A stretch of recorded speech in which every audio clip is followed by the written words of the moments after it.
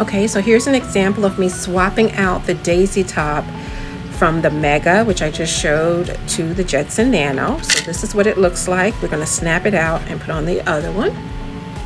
So I have now used my screwdriver and I have removed the Mega. So now what we do is we snap this out. If I can do this with one hand, which may not be as easy as I thought it was going to be. Yay, okay.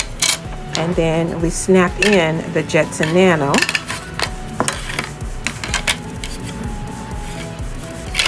Like so. I'm gonna have to pause this. This is not gonna work, I don't think. Maybe it might work. Let's see. Hey, I'm doing pretty good. So now we stick that in there.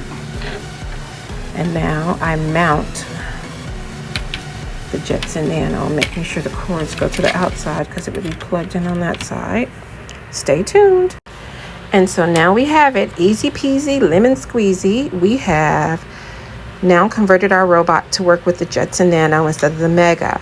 So we have several of these tops like I've shared before. So based upon whatever kind of controller you want, you snap that top in, you line up the holes, or we're working on a snap fit solution as well, where instead of screwing it in, you can just snap the controller in, and now you can drive your robot with whatever you want.